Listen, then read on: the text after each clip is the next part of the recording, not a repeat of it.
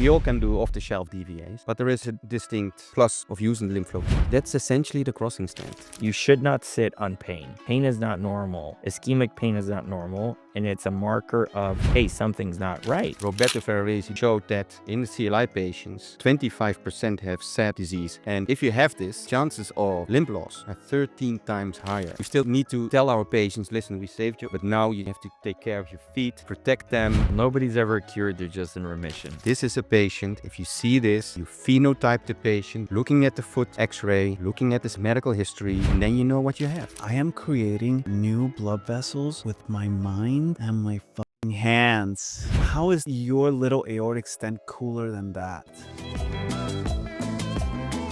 Two vascular surgeons walk into a bar and come out with a podcast. We are talking everything vascular and not. Welcome to the Life of Flow podcast. The following podcast is not relating to my teachings and work at Del Cedar Medical Center and is for entertainment purposes only. Hello everyone. Today we have another amazing DVA episode. I know you love it. And we have Dr. Vanden Heuvel. Dr. Vanden Heuvel is an expert in DVA, and he's going to talk to us about the European experience with deep venous arterialization. This is a super fun one we recorded at AMP. Hope you guys enjoy. All right, man, we're here in Chicago, Illinois, and it's part of the HMP Amputation Prevention Series. AMP? AMP. It's such an honor to be here. It's so fun to be here. It's so exciting, and I love the fact that we're carrying our shit all over the world. I know, it's so fun. We were recording in Leipzig last time. We're recording in Chicago, and we're going to be recording in Costa Rica in Costa the Rica next 4 weeks. So we're going all over the world, Danny. Remember what I told you? Like if a year and a half ago, I would have told you we would be doing this. You would have said what? No. And here we are. And here you are. Here we are. And here we are. Yeah. So such is life. Anyway, Daniel, long trip for you. When did you get here? Last Wednesday afternoon. How's it been? No, wait, last Wednesday, not last. So not like this week. day before yesterday. Yeah. Oh, okay. We've got any sleeping issues? No? Of course. Yeah. And you leave tomorrow, right? I leave tomorrow. Yeah. Again, after the afternoon. That's awesome. After the DVA sessions. Last time that we saw each other was at Link. And we went to that restaurant, right? That is when this podcast was born. I was going to tell you. No, that was the one before that one. You were there. Yes, but that's where it's at. So when you two saw each other, we went to the Italian restaurant. Yeah. And that's when the podcast was born. That's when I had the idea. He came out of that and he said, Lucas said, I just had the most amazing night. The conversations we had was so good. I think people deserve to listen to this. And we should make a podcast. I said, I want to have this all the time. That's what I said. Time. I guess that. Yeah. See, you're so selfish. I am. I'm glad that you've gone through a lot of things lately and become a less selfish prick. But the last time him and I saw each other, we went to just eat schnitzel. And it was, I'm sorry, it was amazing. Yeah. Your schnitzel is my cheesesteak. I trained in Philly. And in Philadelphia, the thing is cheesesteak sandwiches, which is the most basic sandwich on planet Earth. So good. But it's so good. So good. And the funny thing is, like, I was in Leipzig for years, and I never knew this little place in the middle of the town square. Yeah. And we just had an amazing It was great with Roberto alongside us. Anytime Daniel and Roberto are at the table, you know it's going to be a fun night. Yeah. Good wine, grappa. We had grappa. Oh my God, that was a bit of a fun night. We didn't talk about grappa with Mike, but that could be a good whole ass spinoff because that's the skeleton of the grape. Is grappa? Grappa Italian. It's Italian. Yeah, but so we have to talk about it with an Italian. Exactly, but what grappa is, if it's the wine gets squeezed and they produce juice, and then you make the wine. Well, the skeletons don't get thrown off; they get put into a fermented bowl, and then you get grappa. If you really taste into it, grappa has a grape taste. It has a burning the back of my throat, like horrible taste. Fucking A. Yeah. It just makes men really manly. Yeah, very manly. Men become manlier. They grow hair in parts they shouldn't. I'm glad that this is how we're starting our sponsored episode. No, the reason why we're here today is because we wanted to discuss a little bit more about deep venous arterialization. How sick do you think our audience is hearing of deep venous arterialization? I don't think they are, because I think joking. they are all ready for this. I think that there's a huge enthusiasm. And when you're really caring for these patients, when you're really rolling your sleeves up and trying to do what you can to save legs, it is undeniable that there are patterns of disease that are relentless, that are hard to treat, Mm-hmm. and that you can invest a lot of time trying to cross and potentially getting a okay, decent enough result, all for it to be occluded within a month or two. Yeah. And be right where you started. Either the fact that you can't provide care or that you can't provide sustainable care I think are two very important reasons why our audience is hyper enthusiastic. They may be sick of you and me talking overall, because In general. yeah, overall, but they are not sick about learning about DVAs. Maybe let's kick it off with, you said something very interesting once, and I remember This once. like 3 times. You've had 3 interesting things in your life. But one of those was, you said, when I get a consult, I know more about the risk of limb loss and the work that's going to go into it from an X-ray than from an ultrasound. For sure. What do you mean with that? So Roberto Ferraresi came up with this really brilliant, and most brilliant things are simple, concept of a max score, which is something that's obvious to all of us when we look at a lateral foot x-ray on a patient with severe CLTI and severe diabetic and severe renal disease, is that we see calcium tracks. And one of the things that at this point, I'm like more lighthearted about things, but there's one point when somebody would do an angiogram with an angioplasty on someone that has the most severe, calcium tracks, and then just do some kind of foot reconstruction and expect it to go well. And it would just drive me insane. Now, So you mean like shit angiogram, yeah. and then Then surprise, it's like, shit result. Surprise. Oh, it didn't go well. It didn't go well. And it would just and we would be discussing it, and it's like, oh, it's not going well for some reason. And I just look at the foot x-ray, and I'm just like, This is the reason. burning. The pits of hell are opening inside of me. Now I'm just chill about it. Now I'm just You're like, zen. You're I'm such a zen. I'm like, you're such well, a zen we person. should have considered deep venous arterialization. So every single time, and that's why I tell, and I try to be as funny as I can when I do rounds with the residents. And I tell them, it's okay, just look at the foot x-ray before you do absolutely anything.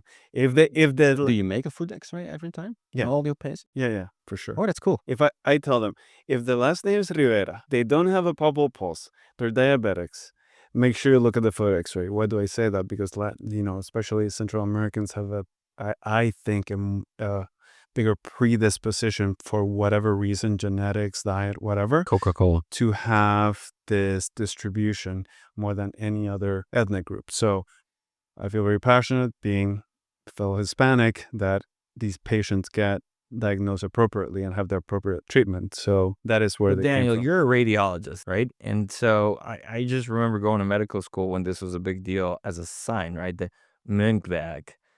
Explain to me what's Munkbag and how today it's migrated from just being a radiological sign to actually a risk pattern. And so it's funny evolution, if you can say so. We have this we report a lot of standard X-rays, right? So, and we look at foot X-rays because there might be fractures, there might be some osteitis, but nobody reported vessel calcifications, and that has now become an integral part of a reporting on the foot.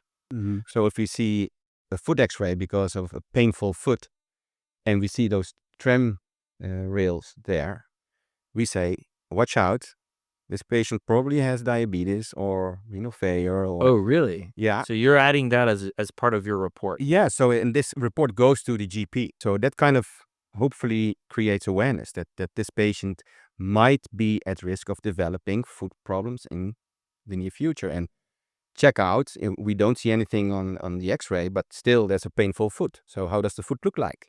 Is it red? Is it swollen? Etc., etc. So that has changed a lot. So looking at foot x-rays, it's for me, I must admit, the first thing I look at now is, okay, are there vessel wall calcifications? I think that's one of the big changes. And we must, you mentioned it already, Lucas. Roberto Ferraresi did such a good job in identifying this patient. He showed that in the CLI patients, 25% have SAD disease, and SAD MAC is the same, right? So that's what he showed. And if you have this, chances of limb loss are 13 times higher than if you don't have the foot problems of the small artery disease. So this is, I think, the biggest change in the last 10 to 5 years.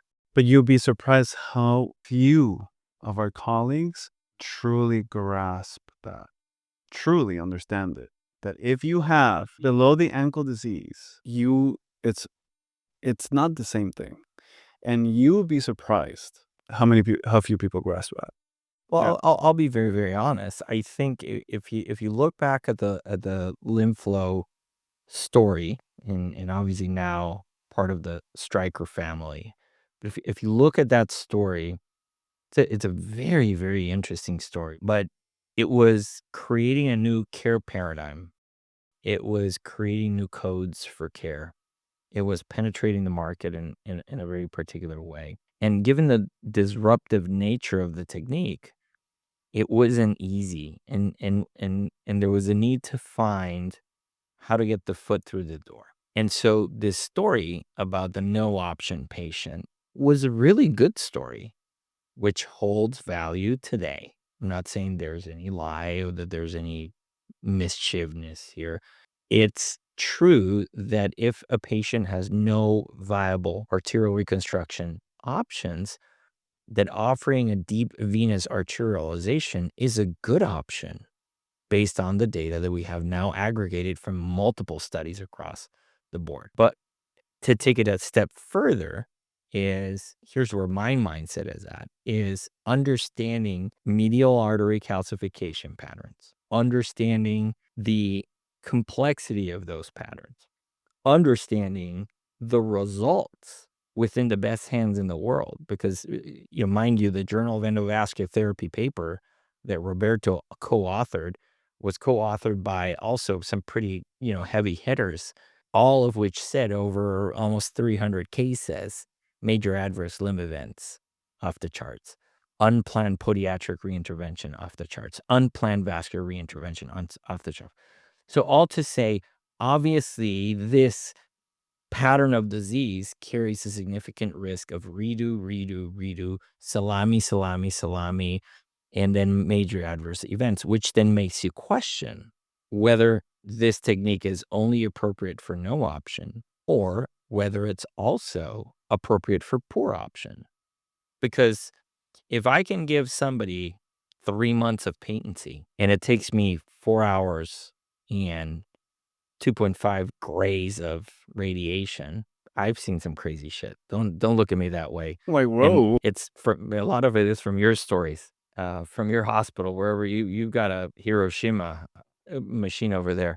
I'm not going to go into details so that you don't get fired before you move on. But radiation, contrast, time, effort, amount of time under the x-ray, doing exuberant access. And we're going to have August here shortly. So I'm going to make sure I bring this up with him. But I don't know that that's the right thing for a lot of these patients. Absolutely not. I'm sorry. I've been there. I've been doing this for a long time. And I just don't think that these long procedures to get a twig to the foot, it translate into sustainability of care. And so you then start identifying that maybe there are patients that have a different set of needs, that they're physiologically in a point where unless we come up with some decalcifying process, right, that we may be able to put a device, because I'm sorry, atherectomy doesn't work. You could say whatever you want about shockwave. It doesn't work because there's no distribution system at the end of the day. It's not about getting there. It's about how do you get it to the foot. And again, Roberto showed the pathology. It's a histopathology, The calcium is a very thin layer with and a what's big in the lumen, intimal hyperplasia. and what's in the lumen, it's smooth muscle cells. So how does that work? So he calls it, and we all call it, a failure of the distribution system. And if you see that, then we, as experienced operators, know we might do one attempt, but not more than, let's say, maximum an hour, and then we know where we're at. So Exactly. this is it. Whilst in the big, let's say 10 years ago when I started my practice and they had the same patient on the table, I was like, oh, I need to get this open and spend 2-3 hours and to get the vessel open, but the result was horrible. So I think our job is to educate our colleagues and our residents in this. Like, this is a patient. If you see this, you phenotype the patient by looking at the, as you say, Lucas, looking at the foot X-ray, looking at this medical history, and then you know what you have. And I totally agree with you, Miguel, that it's might be, because that you're hinting towards, maybe a place for DVA in an earlier stage of A the little disease bit process. earlier. Yeah, 100%. yeah, A lot bit, 100%. a lot bit earlier. And I think A lot earlier, Yeah. you mean? I think that's we're experienced that fears, so to speak, and every now and then, if we see a patient and we know this patient needs a DVA, at least I speak for myself, I get a little bit nervous, because I know when I do the DVA, I create probably an ischemic hit, Correct. and that kind of, well, How is the patient going to tolerate it? yeah. So maybe wait for one more week to see if the wound, but that's the, let's say, that's the thing I think we should focus on. So, because we don't always know and we cannot predict which patient will have this, let's say, very mild clinic after we did a DVA, or very severe ischemic hit that that requires maybe even early amputation of the toes. So if we can predict this, which patient will go which way, and we'll feel more comfortable in okay, this patient is a good one, let's do him early because he has favorable phenotypes of arteries going to the foot, collaterals are favorable in this patient, let's do it now, instead of that maybe over here when it's too late, probably. Yeah, I think it's a fine balance between how much is getting there and then how much are you going to steal. Yeah. Right. That's the balance, right? You're about to create an unbalanced moment, right? And so I'm like, okay, well, there's, call it whatever. There's 10 red blood cells going down. And then you're going to make these massive space where all these red blood cells, by basic hemodynamics, would rather go down. And so I think I do agree with you in the sense that it's a matter of trying to identify who can take the hit. But I also think that the hit can be modified, meaning that the hit, what we've come to learn is that making an exuberant, big, juicy DVA normally looks great, but it's terrible idea. So we've learned that how do you balance it out? How do you create a DVA that doesn't generate that much of an acute hit? There's a few things. One is the diameter of the DVA doesn't have to be big. Nope. 2, the distance to the crossing should be as distal as possible. Mm-hmm. And I'm lately have aimed for mid-calf DVAs. Like I remember when my first DVA was in the ostium of the TP trunk. Oh my God. Ostium of the TP trunk, bro, that's like feeding off of the whole ass thing. Well, what's the problem with that? Well, if all you had was a little twig of anterior tibial, It's done. it's gone. Done. And, I know you hate this, but that's the MB classification of angiography. I'm going to go into the MB classification. Okay, you're all right. Okay. But you want to make sure that at the end of your case, you still have antegrade flow into your native system. Because if you've created steel, then end the story. If your anterior tibial, which was keeping your foot alive, now has no flow or has antegrade flow for 3 heart contractions, and then all the contrast goes back up and down the DVA, you're in deep shit. That's not going to work out because you've created too much of a hole. Now, fast forward, don't go all the way up to the TP trunk, but go mid-PT. Go as low as possible. As low as you can. As low as As possible. low as you can humanly can. The only problem is driving the stent through a really stenosed artery, but that's it. I agree, which is the reason why I think that soon, hopefully, we'll see some systems that are flipped and you can put through the venous vein. access. Well, if you have a retrograde access, you can do that. Yeah, you just have to put a big thing. Well, you put a But the 5 crossing French. is- No, the but crossing's remember other way that the around. crossing stent needs to be flipped. Yeah, that is true. But it's very easy. This is a super easy Super easy. engineering exercise, which is don't load the crossing stent upwards, load it backwards, and then you can put it from the bottom up, and then you just flower it done. And then you don't have to cross the entire PT. You just cross 2 centimeters of the PT and then flower it down. One of the things I love about DVA is that it's like the pure art of medicine and surgery. And one of the things that I think is a really important concept is the concept of time. Like time and your management and understanding of time for these patients is super important. So first concept of time. Below the ankle intervention that you did, as you just said, provides 0 time for wound healing. Right? It's going to go down in 2 weeks. It looks great. You did a heroic effort. Great. Does it have a role? I think it does. In my mind, the role is to Give you time. mitigate the ischemia you are creating as an adjunct. So I don't see the traditional revascularization as primary. I see it as an adjunct for your DVA to manage that. So you're DVA. talking about creating a bridge of perfusion on the native system, albeit Yes. temporary, Yeah. enough for the system Yeah. to mature. Because the concept of the DVA storm, remember we heard that, the DVA storm, where it looks like I shit. hate when that- people say that. That is just called ischemia. It's exactly. It's called It's ischemia. steel. So there's no, it's Remove not, all it's these not like an weird stories. acceptable thing. It's not a voodoo thing. And it's not acceptable. It's not a necessary evil of this. It's not. Your goal is to not have the DVA shouldn't. storm. Yeah. And you shouldn't have severe pain. And you should And that's not, one yeah. of the biggest things is I go like on all these groups. Eventually, I just left the last group. But, well, because I just couldn't.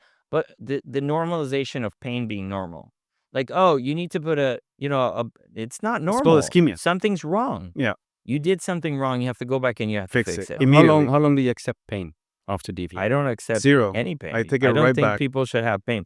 I think that there's pain when you've exhausted everything humanly possible as an operator, in the sense of you couldn't do the retrograde axis, you couldn't improve the antegrade flow, you couldn't get the loop open, you couldn't modulate the flow down, you couldn't coil embolize.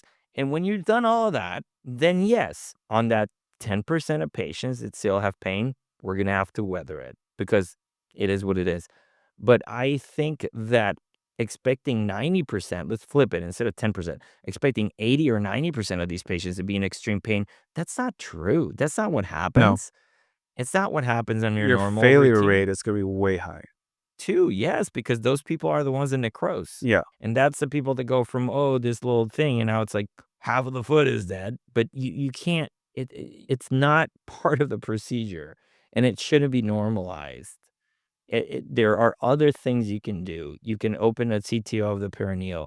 You can open another vessel. You can do a retrograde. Maybe that's to your point. Maybe you do an interdigital. Whatever you have to do, you can do it to help that patient out. You should not sit on pain. Pain is not normal. Ischemic pain is not normal. And it's a marker of, hey, something's not right. Mm-hmm. And so you have to try, whether it's you drop the flow volume of the fistula or whether you increase the perfusion pressure. It's kind of like spinal cord, right? When we do these extensive aortic reconstructions, we're killing the inflow. So what do? You drop the pressure so that the marginal inflow that's there goes into the right direction. Same thing here. It's a fine balance. You're just trying to fine tune this. What you can't do is you can have a blind eye to the fact that you have other things that you can do to fix it. I'll be honest, for example, I ligate now 100% of my medial marginal veins.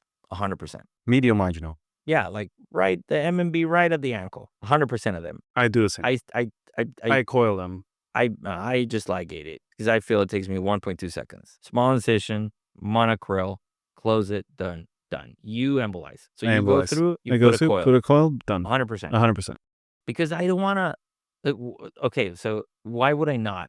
Question. Why would I not? Only reason. Give me a reason for not doing it. The only reason is because, and I did this recently, I rescued so when these patients that take a very long time to heal, there's multiple reasons, usually lack of poor follow-up or whatever. You can have fibrosis of that plantar venous system that over time that you no longer have an outflow for a DVA.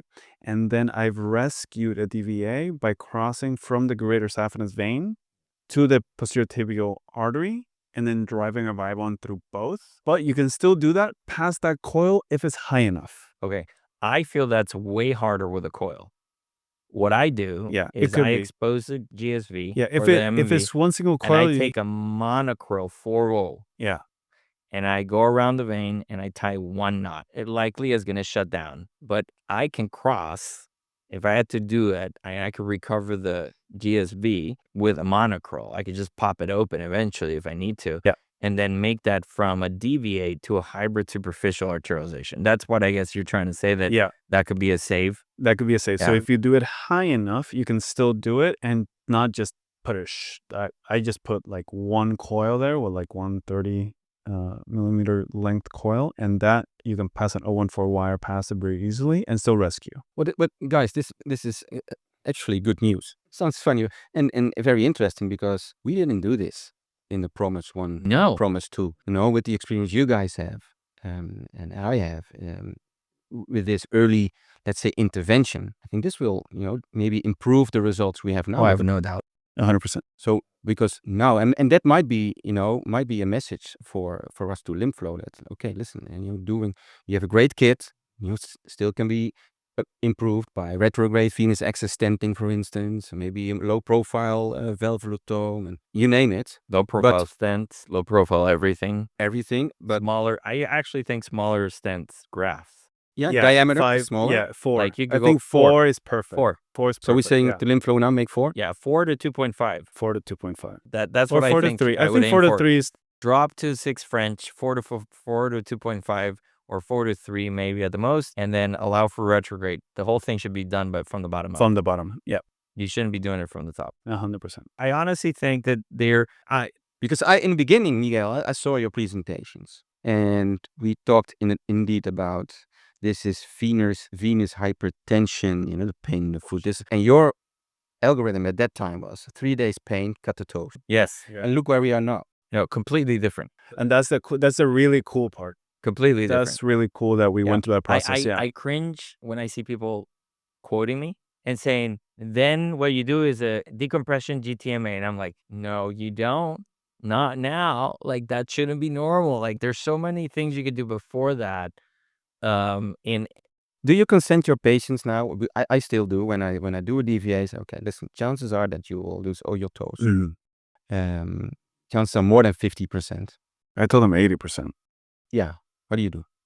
Do you tell them still now? Like, listen. No, I mean, because a lot of them are coming for toe issues, and so I will say that any limb preservation effort may require partial amputations, but I am like gung-ho about saving every ugly ass looking toe. I don't care what they look like. I'm trying, because I feel that it's a matter of time. I've got some crazy ass arterializations where patients, thank God, said, do not cut my toes.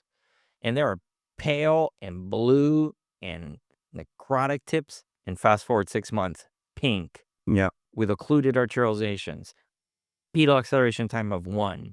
The whole thing refurbishes. It's crazy. It's magic. I'm so sorry. If you've never understood it, I'm sorry for you. One person that I respect so much told me not too long ago, I'm not sure the DVAs really work. And it was really hard for me to hear that from somebody that I respect a lot. Why? Well, because I'm like, I know it works. Yeah. Okay, well, but I would think that somebody that I have great regards would have the capacity to at least be a little bit, be skeptical. Fine, but not start off with I'm just not sure. Well, maybe your experience has been shit, but it worked. That's such a Now- great sign that you're doing something transformational. That's such a great sign. We need to figure out. I get this. You want to understand what's happening? Me too. But that it happens, right? I mean, I can't. I love that. But what do you think then is the data that we have now? So we have the PROMISE trials. We have So we have PROMISE 1, PROMISE 2, PROMISE 3 enrolling. PROMISE UK. We have ALPS, PROMISE UK. Within a few months, I guess we have the results from the Dutch registry as well. And then we have because the criticasters, they will say, yeah, but it's not randomized. We have the clarity. Do you think that's sufficient for us to say, we cannot do randomized trials on these patients? It cannot be randomized. Well, it's a little bit of an ethical conundrum. Yeah. Yes, you How are can you gonna- randomize. How are you going to randomize? You What can to? randomize it. Yeah. What are you going to randomize to? I guess you could randomize to extreme interventions. No, we know that's not great for the patients. You can't randomize it. That's all I can come up with. That's the I mean, what interesting would discussion you because randomize? the real scientists around among us, they say, well, the level 1 evidence is randomized trial. We cannot accept this as well, etc., etc. I do think that there's a need for more quality of life data. I think that's lacking a little bit. I agree with you guys that for me it's not ethical to do, but remember when stroke treatment began, we saw some great results before the randomized trials from lysine clot in the head. And I know my mentor at that time said, I'm not going to randomize patients because I know this works. But in the end, we still did the study and we had to. Do you think this will happen here as well? Or I don't think so. I think the only way that you could randomize it is there's only 3 or 4 operators around the world. You'd have to randomize it against Mariano Palena, Augustiza, and Lorenzo Patron. Yeah. And it's like you'd have to make a team of Ronaldo, Messi, and Pele. and Pelé, and then randomize them against the DVA and still I think the DVA will win. The DVA would win because there's nothing out there that creates sustainable biological change. And I'll tell you this, I'll go on record here. We've submitted papers about this, but I have undeniable data showing vascular remodeling, showing hemodynamic improvement. And you know what's crazy? To the native vessels. How? I don't know. How is it that I get a patient on day 1 with a pedal acceleration time in their arcuate artery, right, in their loop of 300 or 250? That's a pedal acceleration class 4. That's parvus tardus. That's horrible. I do a DVA.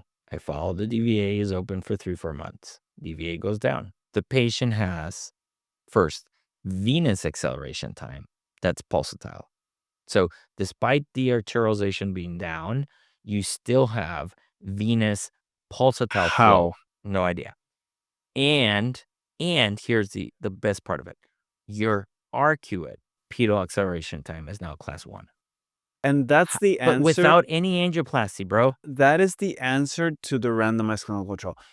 You don't need to put patients at risk. You just need to explain why. Well, that's it. The why is what we're trying to understand. So, and what do you think about this?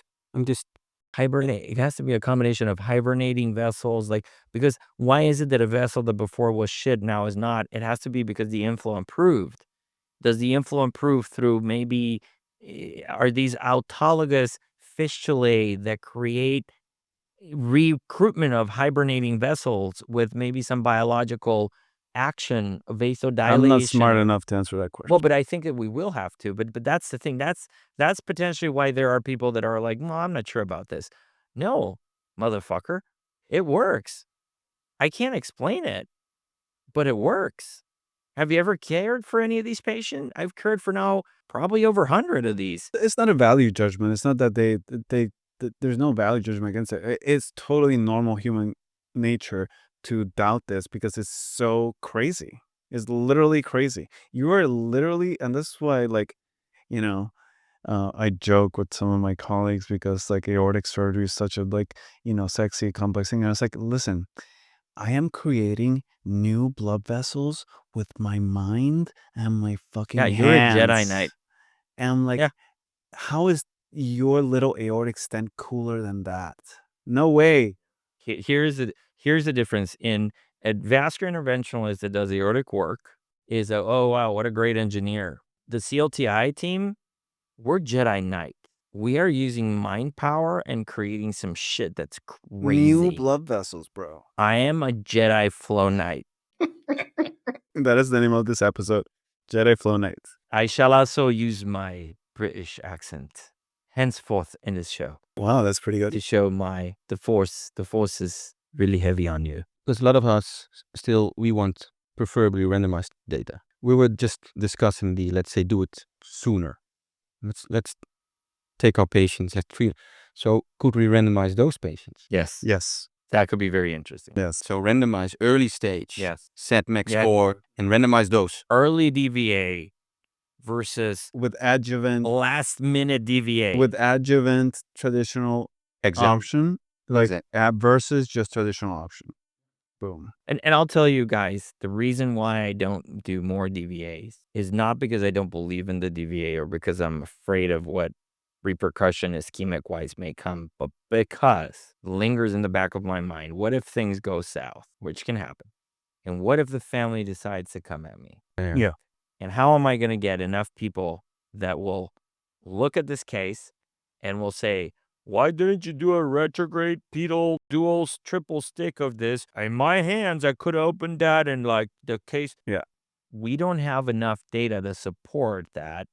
And so I would just essentially be at the mercy of my peers that would fuck me Someone would. with no problem whatsoever at a court of law and say, no, there was totally 10, 15 other options before the DVA. And DVA is for terminal disease only. You guys have lawyers in the Netherlands? They're busy doing lawyer things. They're not chasing ambulance. They have lawyers. They don't have ambulance chasers. It's different. Yeah. Can we export some to you? Yeah, here we go, for sure. Well, I think the US is a little bit different than maybe the whole of Europe. But let's get back on track. This technique started in Europe. Well, actually, Stephen Kuhn obviously did the first ones in Singapore. No, but we talked to Europe, Asia, Mexico, US, now going back to Europe. Because if there's been a technology that's done a little bit of a global trotting, it's this one. I love this story. For any of you that have missed some of the earlier shows, we went through, what Steven did, what then I and my team in Mexico did, and the Italians. The Italians. Yeah. And then where we're at now. But like we've all just this group of people, all these minds from the world have coalesced. And I know that you guys for a while there lost the technology. But I think there's a relaunch. I believe that you're about to. Can you tell us a little bit of this? Because we don't know that in Europe you didn't have it for. No, so we had the let's say the new MDR rules, and it made it impossible for LimFlow to. There was a focus obviously for the US, considering the PROMISE trials, and we had, the LimFlow kit was I think gone for 2 years or so. 2 years. Yeah, and that was we had to adjust, but we are creative. So we got some experience with off-the-shelf procedures. Now LimFlow is back with the next-gen stents, the next-gen crossing devices. And it's an improvement.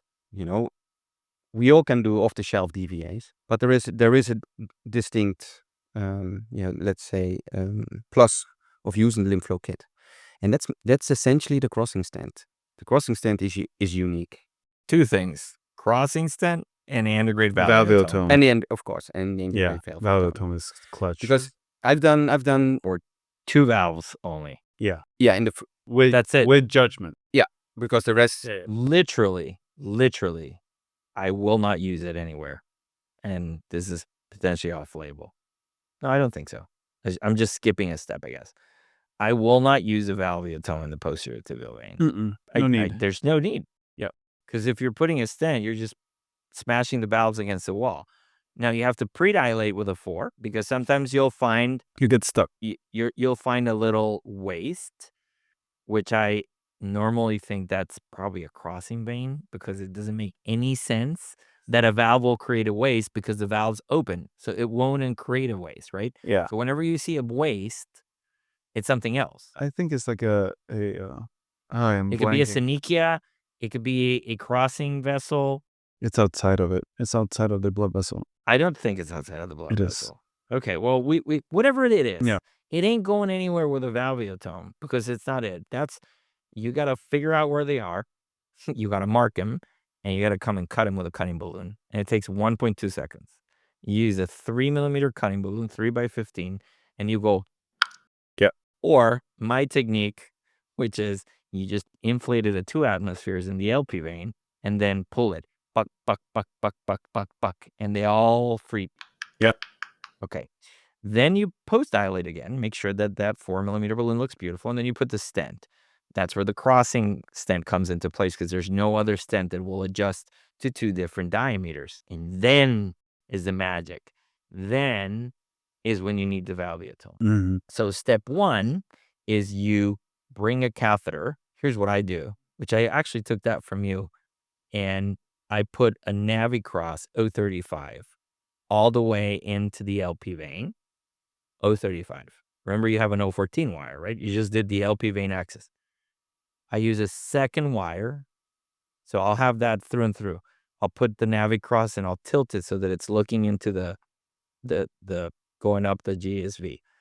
I come with a second 014 wire, and then I'll just navigate past the axis side into the loop and up the GSV. When that wire is secured, then I'm going to pull the 035 out. Can we call that the ferret technique? Yes. Then I take the through and through out. Okay. So now I'm like totally secured.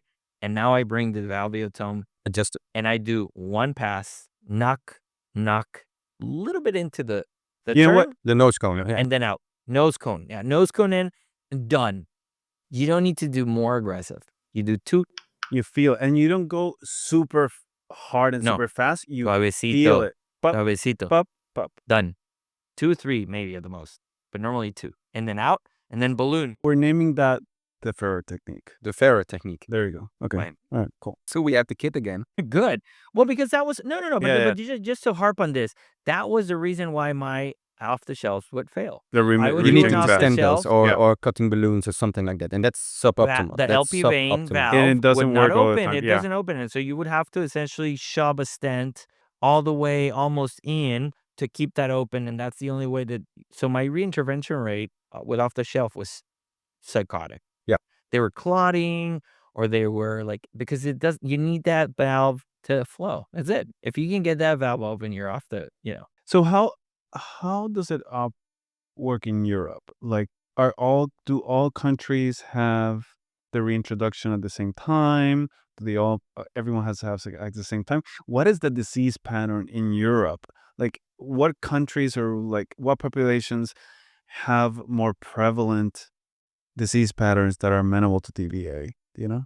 Lucas, difficult questions. I don't know. I think the European population is, I think, more or less the same. Maybe the South Europeans are maybe a little bit more diabetes. We're catching up with the US with obesity and diabetes, and so I think we're approaching that. But that's not good. But the Don't thing, do that. Yeah. no, Yeah. It's I not think something it's good. a bad thing. But what we know from the Dutch registry, for instance, is that there are the sickest of the sickest patients in this Dutch registry that would not be allowed to be included in the PROMISE trials. And we more or less, I cannot disclose it, but we do quite well in those patients. So very sick patients, but we are still learning. So we're lagging behind compared to the US because you have so much experience with the other trials here. And I think Europe is, we still need a few years to catch up with you guys.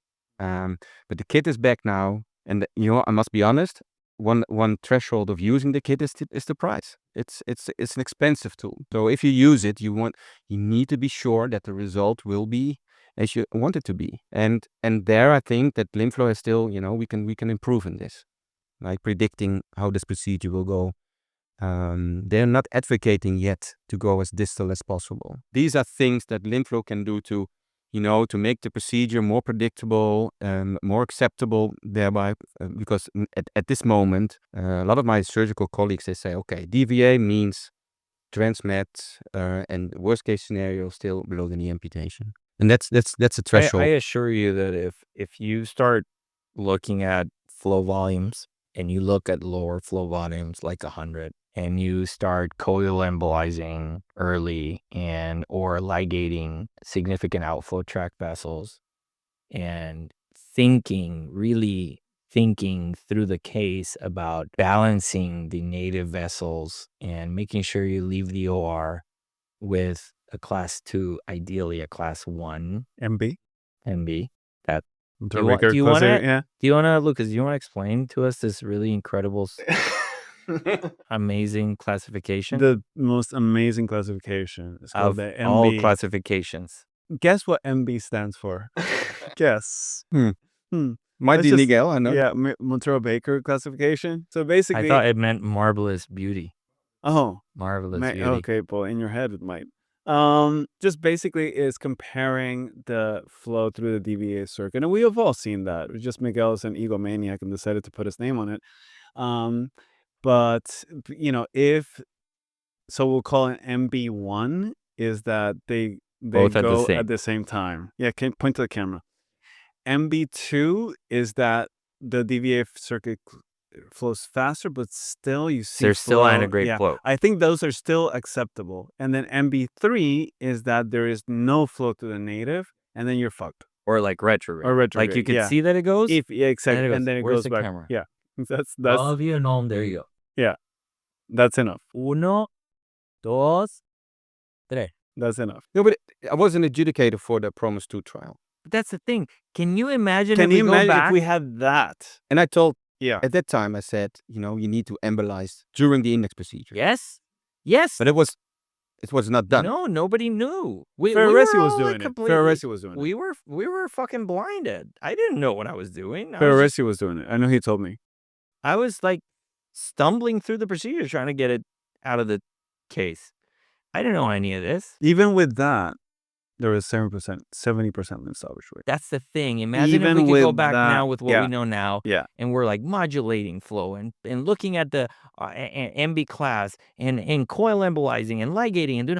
I assure you, we could probably kick up to 90%. I think that's possible. I think selection criteria will be very important for that. I think that if you're not super crazy about, if you exclude heel wounds, I think heel wounds are another animal. And then here's another crazy thing is because then you could say, because this is, I always try to steel man things, right? I try to say, what would I do if I was the one listening to this idiot, meaning me, talk in a podium? And I would say, all right, well, if this whole ischemic thing makes sense to you, how is it that some people with a desert foot, no flow whatsoever, get a DVA and get limb preservation? Based on what you're saying, Miguel, they should all die or like they should all, mutilate by ischemia. And my answer to that is no, because some people are primed for this procedure. Some people already have antegrade Lejar's flow on day 0, and you see it. Yeah. On 1 out of 20, But you think that's that is the reason. There's the only logical reason for these people to not essentially die out of pain and rather feel better is because they've got already reflux into the distal, and there's oxygen diffusion on day 1. These are probably people that have been very ischemic, and I think that they've been pendant. They've got their foot off the table, off their bed for the last 6 months. Guess what? All those veins are incompetent. And the moment you arterialize them, it's just like, the lights came on. We're ready to go. Let's fucking go. That's why it helps. That's why it works in rest pain in some patients. Not everybody. But if you put a catheter in there and you squirt it and you can see the Lejar's plexus, that patient will survive a DVA. The other people need time to get there. Some people, you don't see that brisk of a feeling, but they still tell you, my foot feels alive. Immediately impact you, which is pretty incredible. What's incredible is people that don't believe in it. That's fine. That's good. That's a good thing. That means you're doing something new, exciting. So I can embrace it. Drop me some hate fan mail if you don't like what I said. Anyway, what are you excited about? Daniel, we're getting here close to our hour that we allocated. What are you excited about seeing in DVA? What would you like to, if you could foresee the next 5 years, what would you like to hear on the speaking circle, on the meetings, on the what would you think would be a nice compliment to your algorithm of care? If we could figure what part out. Well, you would like, we discussed it already, do the DVA sooner. So I think that's number one, because I think you will save patients from unnecessary repeat interventions. You will save legs and lives. And it'll be also more tolerable, More less tolerable. painful if I do it early. It's better for the doctor as well, because you don't get stressed every time you do a DVA and think, oh my God, how does it? Think of the doctor. So we need to invest in predictability, because if we can predict, like the MB class, before we do the actual procedure, we can maybe, we draw our EVARs before we put an EVAR in. So we should do this the same with DVAs, with TED-Vs. We should, create and modulate the DVA and then apply to the patient. And this should match. And then you have a predictable, solid tool you can apply in an earlier stage if you want to. And for this, we need to invest a lot of time and money in this, to learn about, and you're doing a great job, Miguel, with the the venous PAT, the arterial PAT in those patients. And these are all small, important steps. So in 5 years, hopefully, we figured out how to predict what the flow will be and how we can mitigate the flow. If maybe the crossing stands a little bit, smaller, and then, I foresee that a lot of our patients, because SADMAG is increasing, so therefore TED-V is also increasing. And I must admit, at this point in time, if I have 2, let's say, patients in follow-up within the first 4 weeks, can be stressful every now and then. So we need to, again, make this more predictable. And then I think we have a very cool tool. And to your point, you're saying mid-calf crossing. I think pedal crossing. Yes. Pedal crossing. Yeah. I've done several, and those patients, they don't even know, and everybody thinks you done a great arterial revascularization, but you just created a very distal DVA, and those patients do really, really well. So that's, those are I guess the 2 things: predictability and more research into very distal crossing. So also our very sick patients with ejection fractions of 20% or so can have those treatments. I agree with that. That's a great point. And a lot of focus, again, back not really trying to harp on being a hater. A lot of focus on the biology. We need to figure this out, whether it's through advanced MRI imaging, whether it's through histopathology, whether it's whatever it is. We need to try to understand what interleukins are being expressed, what proteins are floating around, what's happening with the VSMC, where is it going, what do veins do, what do veins act like?